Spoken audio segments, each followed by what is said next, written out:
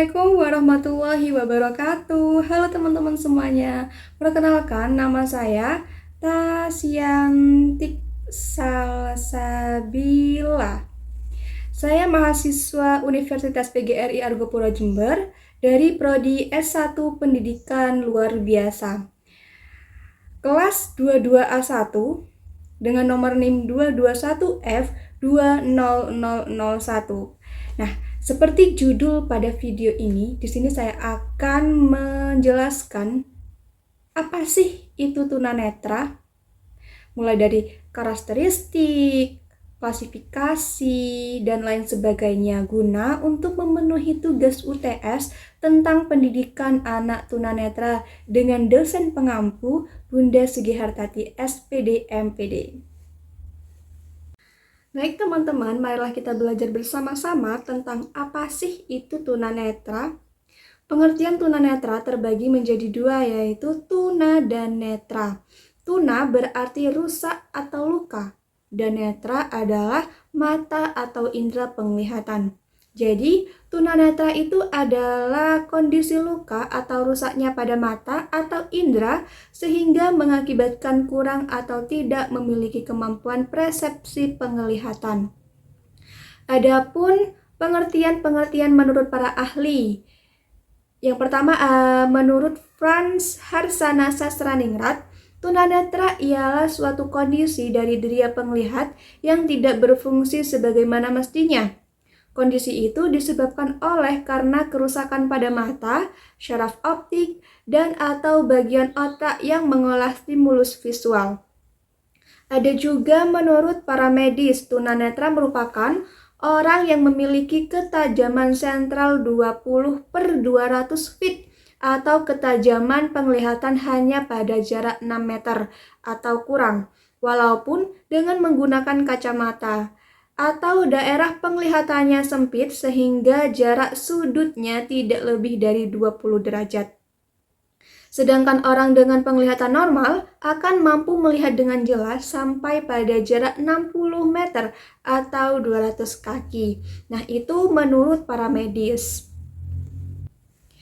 Adapun pengertian tunanetra menurut Persatuan Tunanetra Indonesia atau Pertuni adalah orang yang tidak memiliki penglihatan sama sekali atau buta total, hingga mereka masih memiliki sisa penglihatan tetap tidak mampu menggunakan penglihatannya untuk membaca tulisan biasa berukuran 12 poin dalam keadaan cahaya normal meskipun dibantu dengan kacamata atau kurang awas. Dalam hal ini, yang dimaksud dengan 12 poin adalah ukuran huruf standar pada komputer, di mana pada bidang selebar 1 inch memuat 12 buah huruf. Akan tetapi, ini tidak boleh diartikan bahwa huruf dengan ukuran 12 poin, misalnya pada bidang selebar 1 inch memuat 18 huruf. Orang tunanetra yang masih memiliki sisa penglihatan yang fungsional disebut dengan orang tunanetra kurang awas atau lebih dikenal sebagai sebutan low vision. Nah, itulah pengertian dari tunanetra. Dan selanjutnya kita akan membahas tentang karakteristik tunanetra. Ada apa saja sih karakteristik tunanetra?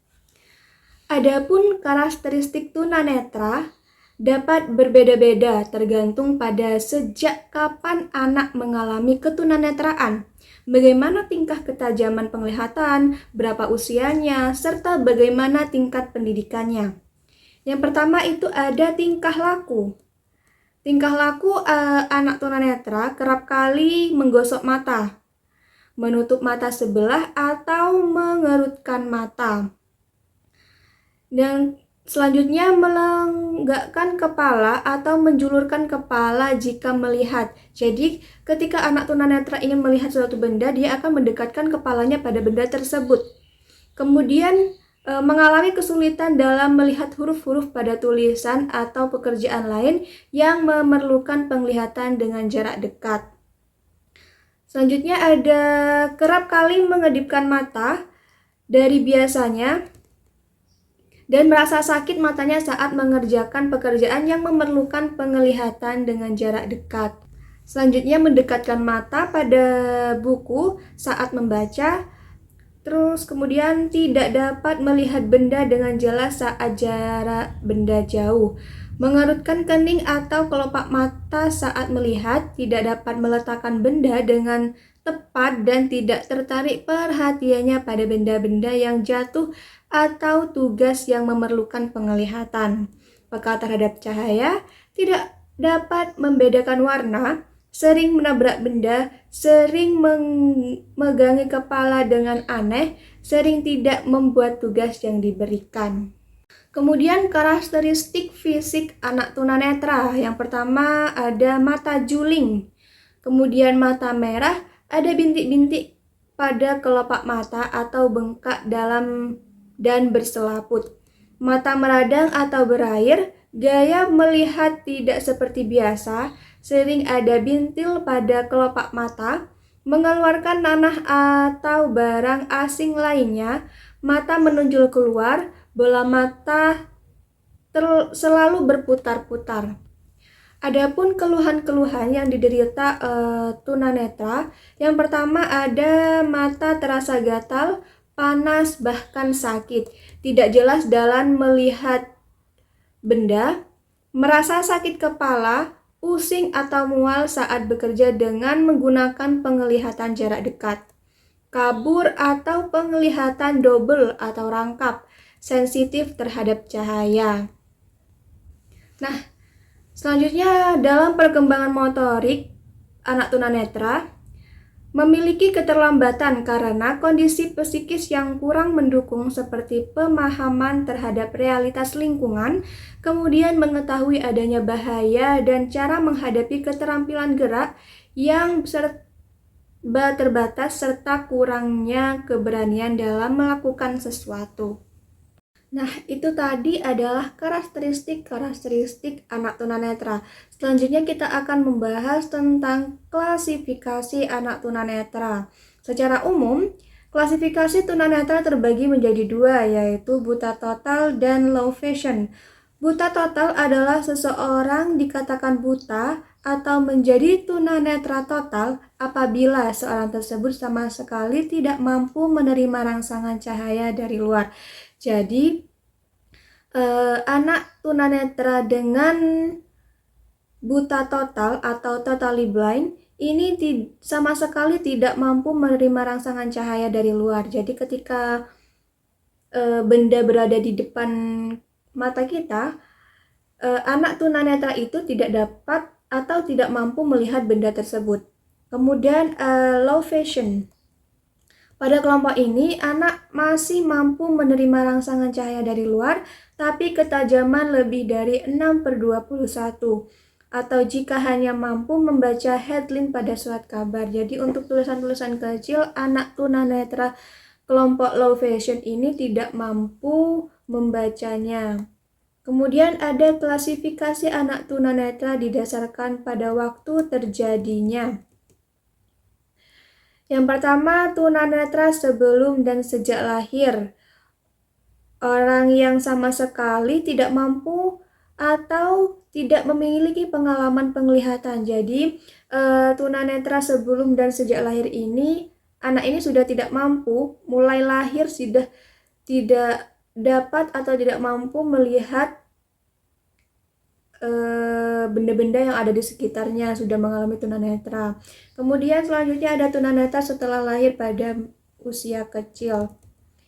Orang ini telah memiliki kesan-kesan pada pengalaman visual tetapi belum kuat dan mudah terlupakan. Ini seperti anak tunanetra pada usia balita, masih berusia 2 tahun, usia 3 tahun, atau usia 5 tahun. Kemudian ada tunanetra pada usia sekolah atau pada usia remaja. Mereka telah memiliki kesan-kesan visual dan meninggalkan pengaruh mendalam terhadap proses perkembangan pribadi. Kemudian ada tunanetra pada usia dewasa. Pada umumnya mereka yang dengan segala kesadaran mampu melakukan latihan-latihan penyesuaian diri. Dan selanjutnya ada tunanetra dalam lanjut usia. Tunanetra pada golongan ini sulit mengikuti latihan-latihan penyesuaian diri. Kenapa? Karena badan mereka sudah tidak mampu untuk menopang segala sesuatu, sehingga mereka kesulitan untuk menyesuaikan diri dalam usianya. Adapun klasifikasi berdasarkan tingkat ketajaman penglihatan. Yang pertama ada tunanetra ringan, yaitu mereka yang mengalami kekurangan daya penglihatan ringan seperti rabun senja, juling, dan miopi. Kelompok ini dapat mengikuti program pendidikan biasa di sekolah-sekolah umum dan dapat menggunakan media tulisan pada pika ukuran 12, dan kelompok ini juga masih bisa melakukan pekerjaan yang membutuhkan penglihatan dengan baik. Kemudian selanjutnya ada tunanetra setengah berat atau low vision, yaitu mereka yang kehilangan sebagian penglihatannya. Seseorang dikatakan mempunyai penglihatan low vision atau kurang lihat apabila ketunanetraannya berhubungan dengan kemampuan dalam melakukan kegiatan sehari-hari. Saluran utama dalam belajar menggunakan penglihatan dan alat bantu baik direkomendasikan oleh dokter maupun bukan. Media huruf yang digunakan sangat bervariasi tergantung pada sisa penglihatan dan alat bantu yang dipergunakannya. Latihan orientasi dan mobilitas diperlukan oleh siswa low vision untuk mempergunakan sisa penglihatannya. Kemudian ada tunanetra berat atau totally blind, yaitu mereka yang sama sekali tidak dapat melihat atau kemampuan melihatnya sangat parah, sehingga masyarakat pada umumnya menyebutkan dengan buta. Seorang dikatakan buta apabila menggunakan kemampuan atau perabaan dan pendengaran sebagai saluran utama dalam belajar. Mereka mungkin mempunyai sedikit persepsi cahaya untuk bentuk dan sama sekali tidak dapat melihat atau buta total. Ada juga klasifikasi berdasarkan tingkat sisa penglihatannya. Yang pertama ada buta total dengan visus 0. Kemudian masih memiliki persepsi cahaya dengan visus 2/200 sampai dengan 5/200. Dan ada juga masih memiliki persepsi objek dengan visus 5/200 sampai dengan 10/200. Dan kurang lihat dengan visus lebih dari 10/200. Klasifikasi berdasarkan tingkat sisa penglihatan ini dapat digunakan untuk menentukan bentuk layanan pendidikan. Selanjutnya kita akan membahas tentang faktor-faktor penyebab ketunanetraan. Faktor penyebab ketunanetraan itu terbagi menjadi beberapa bagian. Yang pertama ada prenatal atau internal. Faktor penyebab ketunanetraan pada masa prenatal sangat erat hubungannya dengan masa keturunan dan pertumbuhan seorang anak dalam kandungan, antara lain keturunan. Ketunanetraan yang disebabkan oleh faktor keturunan terjadi dari hasil perkawinan bersaudara, sesama tunanetra atau mempunyai orang tua yang tunanetra. Ketunanetraan akibat faktor keturunan antara lain retinitis pigmentosa, penyakit pada retina yang umumnya merupakan keturunan. Penyakit ini sedikit demi sedikit menyebabkan mundur atau memburuknya retina. Gejala pertama biasanya sukar melihat di malam hari, diikuti dengan hilangnya penglihatan peripheral dan sedikit saja penglihatan pusat yang tinggal. Selanjutnya, pertumbuhan seorang anak dalam masa kandungan. Ketunanetraan yang disebabkan karena proses pertumbuhan dalam kandungan dapat disebabkan oleh yang pertama gangguan waktu ibu hamil, kemudian penyakit menahun seperti TBC sehingga merusak sel-sel darah terutama selama pertumbuhan janin dalam kandungan. Kemudian ada infeksi atau luka yang dialami oleh ibu hamil akibat terkena rubella atau cacar air. Dapat menyebabkan kerusakan pada mata, telinga, jantung, dan sistem susun saraf pusat pada janin yang sedang berkembang. Kemudian ada infeksi karena penyakit kotor atau toksoplasmosis dan tumor. Tumor ini dapat terjadi pada otak yang berhubungan dengan indera penglihatan atau pada bola mata itu sendiri. Kemudian yang selanjutnya ada kekurangannya vitamin tertentu dapat menyebabkan gangguan pada mata sehingga hilang fungsi penglihatannya. Yang kedua ada postnatal atau eksternal. Penyebab ketunanetraan yang terjadi pada masa postnatal dapat terjadi sejak atau setelah bayi lahir, antara lain kerusakan pada mata atau saraf mata pada waktu persalinan akibat benturan alat-alat atau benda-benda keras. Jadi saat persalinan tersebut seorang bayi mengalami kerusakan karena benturan. Kemudian yang selanjutnya ada penyebab ketunanetraan postnatal atau eksternal. Penyebab ketunanetraan yang terjadi pada masa postnatal dapat terjadi sejak atau setelah lahir bayi, antara lain kerusakan pada mata atau saraf mata pada waktu persalinan akibat benturan alat-alat atau benda keras. Selanjutnya pada waktu persalinan ibu mengalami penyakit gonor sehingga baksil gonor menular pada bayi yang pada akhirnya setelah bayi lahir mengalami sedikit berakibat hilangnya daya penglihatannya. Kemudian mengalami penyakit mata yang menyebabkan ketunanetraan, misalnya traukoma dan katarak. Traukoma ini yaitu penyakit mata karena virus Silimedzone trachomatis. Dan katarak ini yaitu penyakit mata yang menyerang bola mata sehingga lensa mata menjadi keruh akibat terlihat dari luar mata menjadi putih. Selanjutnya ada penyakit glaukoma, yaitu penyakit mata karena bertambahnya cairan dalam bola mata sehingga tekanan pada bola mata meningkat. Ada juga penyakit diabetik retinopati, adalah gangguan pada retina yang disebabkan karena diabetes. Retina penuh dengan pembuluh-pembuluh darah dan dapat dipengaruhi oleh kerusakan sistem sirkulasi sehingga merusak penglihatan. Ada juga penyakit macular degeneration, adalah kondisi umum yang agak baik di mana daerah tengah dari retina secara berangsur memburuk.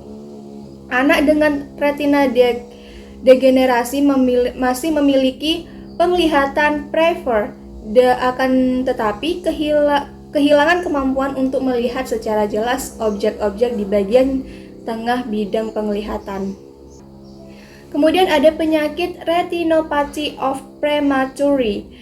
Biasanya anak yang mengalami ini karena lahirnya terlalu prematur. Pada saat lahir masih memiliki potensi penglihatan yang normal. Bayi yang dilahirkan prematur biasanya ditempatkan pada inkubator yang berisi oksigen dengan kadar yang tinggi. Sehingga pada saat bayi dikeluarkan dari inkubator terjadi perubahan kadar oksigen yang dapat menyebabkan pertumbuhan pembuluh darah menjadi tidak normal dan meninggalkan semacam bekas luka pada jaringan mata. Peristiwa ini sering menimbulkan kerusakan pada selaput jala atau retina dan tunanetra total. Kemudian kerusakan mata yang disebabkan terjadinya kecelakaan seperti masuknya benda keras atau benda tajam, cairan kimia yang berbahaya, kecelakaan dari kendaraan, dan lain-lain sebagainya. Selanjutnya kita akan belajar tentang prinsip-prinsip pembelajaran anak tunanetra. Dalam pembelajaran anak tunanetra terdapat prinsip-prinsip yang harus diperhatikan, antara lain prinsip individual. Prinsip individual adalah prinsip umum dalam pembelajaran manapun. Dan selanjutnya kita akan membahas tentang prinsip-prinsip pembelajaran anak tunanetra. Dalam pembelajaran anak tunanetra terdapat prinsip-prinsip yang harus diperhatikan, antara lain prinsip individual. Prinsip individual adalah prinsip umum yang dapat dilakukan dalam pembelajaran manapun, pendidikan luar biasa maupun pendidikan umum. Guru dituntut untuk memperhatikan adanya perbedaan-perbedaan individu. Pada siswa yang mengalami ketunanetraan harus ada beberapa perbedaan layanan pendidikan antara anak low vision dengan anak totally blind atau buta total. Prinsip layanan individu ini lebih jauh mengisyaratkan perlunya guru untuk merancang strategi pembelajaran yang sesuai dengan keadaan anak. Inilah alasan dasar terhadap perlunya Individual Education Program atau IEP. Kemudian yang kedua ada prinsip kekonkretan atau pengalaman penginderaan. Strategi pembelajaran yang digunakan oleh guru harus memungkinkan anak tunanetra mendapatkan pengalaman secara nyata dari apa yang dipelajarinya. Strategi pembelajaran harus memungkinkan adanya akses langsung terhadap objek atau situasi. Anak tunanetra harus dibimbing untuk meraba, mendengar, mencium, mengecap, mengalami situasi secara langsung, dan juga melihat bagi anak yang low vision. Prinsip ini sangat erat kaitannya dengan komponen alat atau media dan lingkungan pembelajaran. Untuk memenuhi prinsip kekonkretan ini, perlu tersedianya alat atau media pembelajaran yang mendukung dan relevan. Selanjutnya ada prinsip totalitas. Strategi pembelajaran yang dilakukan guru haruslah memungkinkan siswa untuk memperoleh pengalaman objek manapun. Situasi secara utuh dalam terjadi apabila guru mendorong siswa untuk melibatkan semua pengalaman pengindraannya secara terpadu dalam memahami sebuah konsep. Dalam bahasa Bower 1986, gagasan ini disebut sebagai multisensory approach yang menggunakan semua alat indera yang masih berfungsi secara menyeluruh mengenai suatu objek. Selanjutnya di sini ada prinsip aktivitas mandiri atau self activity. Strategi pembelajaran haruslah memungkinkan atau mendorong anak tunanetra belajar secara aktif dan mandiri. Anak belajar mencari dan menemukan, sementara guru adalah fasilitator yang membantu memudahkan siswa untuk belajar dan memotivasi yang membangkitkan keinginan untuk belajar. Prinsip ini mengisyaratkan bahwa strategi pembelajaran harus memungkinkan siswa untuk bekerja dan mengalami, bukan hanya mendengar dan mencatat saja. Kerusakan ini memiliki implikasi terhadap perlunya siswa mengetahui, menguasai, dan menjalani proses pembelajaran fakta atau konsep. Isi pembelajaran fakta dan konsep adalah penting bagi anak, akan tetapi penting lagi bila anak menguasai dan memahami guna mendapatkan isi pembelajaran tersebut. Pola pembelajaran. Permasalahan pembelajaran dalam pendidikan tunanetra adalah masalah penyesuaian. Penyelenggaraan pendidikan dan pembelajaran pada anak tunanetra lebih banyak berorientasi pada pendidikan umum, terutama menyangkut tujuan dan muatan kurikulum. Dalam strategi pembelajaran, tugas guru adalah mencermati setiap bagian dari kurikulum, mana yang bisa disampaikan secara utuh tanpa harus mengalami perubahan, mana yang harus dimodifikasi, dan mana yang harus dihilangkan sama sekali. Kemudian kita akan mempelajari tentang fasilitas atau alat-alat yang diperlukan dalam belajar anak tunanetra. Alat pendidikan bagi tunanetra dapat dibagi menjadi 3 bagian, yaitu alat pendidikan khusus, bantu, dan peraga. Untuk alat pendidikan khusus itu antara lain seperti Riglet, mesin ketik braille, mesin komputer braille, printer braille, abakus, kalkulator bicara, kertas braille, penggaris braille, kompas bicara, tongkat putih, tongkat laser, sonic grid, dan penuntun bersuara. Kemudian untuk alat peraga taktual atau audio yang yaitu alat peraga yang didapat diamati melalui perabaan atau pendengaran. Alat peraba tersebut antara lain seperti benda asli, makan, minuman, binatang peliharaan, kemudian ada benda asli yang diawetkan atau binatang liar atau binatang buas atau yang sulit didapatkan. Kemudian ada benda asli yang dikeringkan seperti daun-daun yang dikeringkan. Kemudian ada benda atau model tiruan seperti model kerangka manusia, model alat pernafasan, atau bahkan bisa seperti miniatur-miniatur. Kemudian fasilitas penunjang pendidikan untuk anak tunanetra secara umum sama dengan anak normal. Hanya saja memerlukan penyesuaian untuk informasi yang memungkinkan tidak dapat dilihat. Harus disampaikan dengan media perabaan atau pendengaran. Fasilitas fisik yang berkaitan dengan gedung, seharusnya jumlah parit yang sedikit dan variasi tinggi rendah lantainya. Menghindari dinding yang mempunyai sudut lancip dan keras. Perabot sekolah dapat memungkinkan semua sudut yang tumpul. Kemudian fasilitas penunjang pendidikan yang diperlukan anak tunanetra menurut Anastasia Wijayanti dan Immanuel Hitipu 1995 adalah braille dan peralatan orientasi dan mobilitas. Secara media, pelajaran yang memungkinkan anak untuk memanfaatkan fungsi perabaan dengan optimal. Kemudian ada fasilitas pendidikan bagi anak tunanetra, antara lain huruf braille. Huruf braille merupakan fasilitas utama penyelenggaraan pendidikan bagi anak tunanetra. Huruf braille ditemukan pertama kali oleh Louis Braille. Cara membaca huruf braille sama seperti pada umumnya, yaitu dari kiri ke kanan. Sedangkan untuk menulis, prinsipnya kerja berbeda dengan membaca. Cara menulis huruf braille tidak seperti pada umumnya, yaitu mulai dari kiri ke kanan. Biasanya sering disebut dengan menulis secara negatif. Jadi menulis braille secara negatif akan menghasilkan tulis secara timbul positif yang dibaca adalah tulisan timbulnya. Ada 3 bentuk untuk menulis braille, yaitu dengan rigle dan pena atau stylus. Kemudian yang kedua ada mesin ketik braille. Yang ketiga ada komputer yang dilengkapi dengan printer braille. Media yang digunakan berupa kertas tebal yang tahan lama atau manila atau yang lain sebagainya. Kertas standar untuk braille adalah kertas braillon.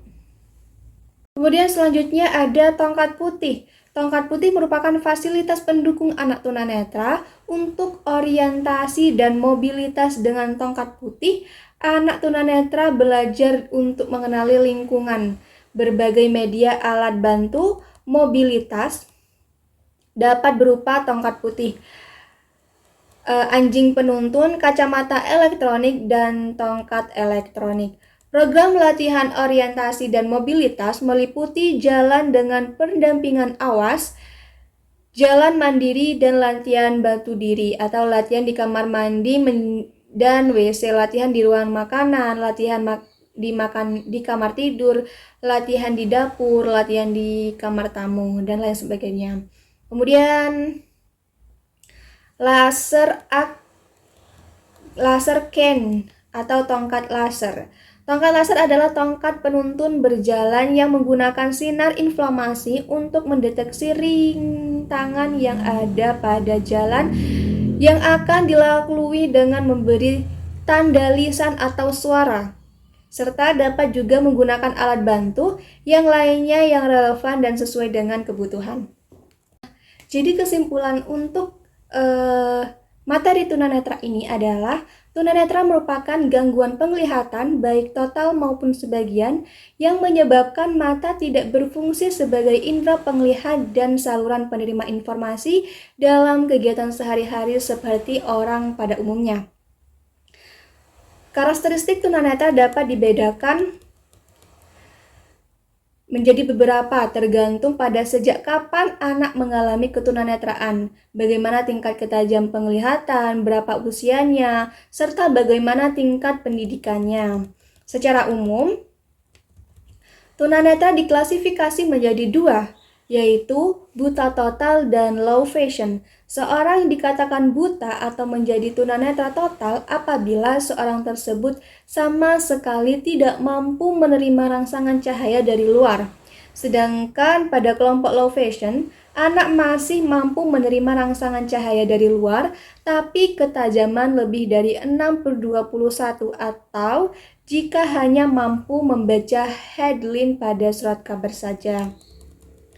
Tunanetra dapat disebabkan oleh prenatal atau internal dan postnatal atau eksternal. Pada faktor penyebab ketunanetraan pada masa prenatal sangat erat hubungannya dengan masalah keturunan dan pertumbuhan seorang anak dalam kandungan. Penyebab ketunanetraan yang terjadi pada masa postnatal dapat terjadi sejak atau setelah bayi lahir. Kemudian pendampingan untuk anak tunanetra dapat dilakukan dengan menciptakan lingkungan yang mampu merangsang perkembangan gerak tunanetra sekaligus mengurangi keterlambatan koordinasi tangan, pendampingan belajar atau pendidikan, dan pendampingan klasikal oleh guru. Demikianlah pembahasan tentang ruang lingkup anak tunanetra. Semoga bermanfaat dan sampai jumpa lagi di video berikutnya. Wassalamualaikum warahmatullahi wabarakatuh.